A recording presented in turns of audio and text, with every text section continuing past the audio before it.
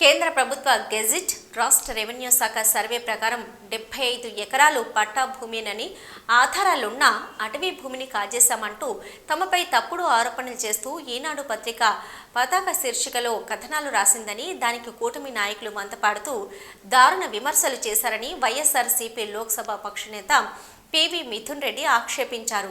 తమ వ్యక్తిత్వాన్ని హావనం చేయాలనే కుట్రలో భాగంగానే ఒక పద్ధతి ప్రకారం ఈ విధంగా నిందారోపణలు చేస్తున్నారని ఢిల్లీలో మీడియాతో మాట్లాడిన ఆయన దుయ్యబట్టారు. అవి న్యూస్లు ప్రింట్ చేయడము, ప్రజల్ని మభ్యపెట్టి ఏదో జరిగిపోయిందనే పరిస్థితి తీసుకొస్తున్నారు. మంగళంపేట విలేజ్ పరిధిలో పుంగనూరు కాన్స్టిట్యున్సీలో 2000 సంవత్సరంలో దాదాపు 75 ఎకరాలు మా కుటుంబ సభ్యుల పేరులో కొనడం జరిగింది. సో ఈ భూమి వివరాల్లోకి వెళ్తే 1968లోనే ఫారెస్ట్ సెంట్రల్ గవర్నమెంట్ రిలీజ్ చేసిన ఫారెస్ట్ గెజెట్లో కూడా ఆ భూమి వివరాలు ఉన్నాయి. అది ఫారెస్ట్ ల్యాండ్ కాదని చెప్పి కూడా గెజెట్లో పబ్లిష్ చేయడం జరిగింది.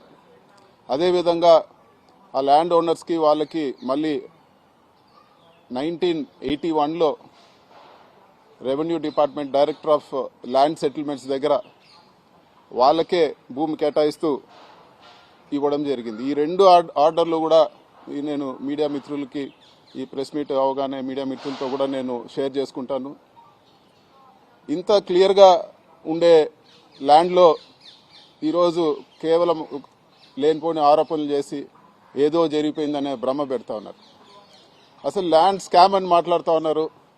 మీకు ఒక విషయం చెప్పాలా, ఇక్కడ ప్రభుత్వం రిజిస్టర్ చేసే వాల్యూ, ఒక ఎకరాకి ప్రభుత్వం రిజిస్టర్ చేసే వాల్యూ, ఒక మారుమూల ప్రాంతంలో మేము అక్కడ చెట్లు, మామిడి చెట్లు పెట్టి ఆవులు, దేశీయ ఆవులు అంటే మా ఊర్లో ఉండే ఆవులన్నీ కూడా తక్కువ పాలు ఇస్తాయి కాబట్టి అందరూ కూడా అవి బీఫ్ స్టాల్స్కి వాటికి అమ్ముతాం అంటే అమ్మకుండా పెట్టుకోవాలని చెప్పి 100 ఆవులు అక్కడ మేము పెట్టుకోవడం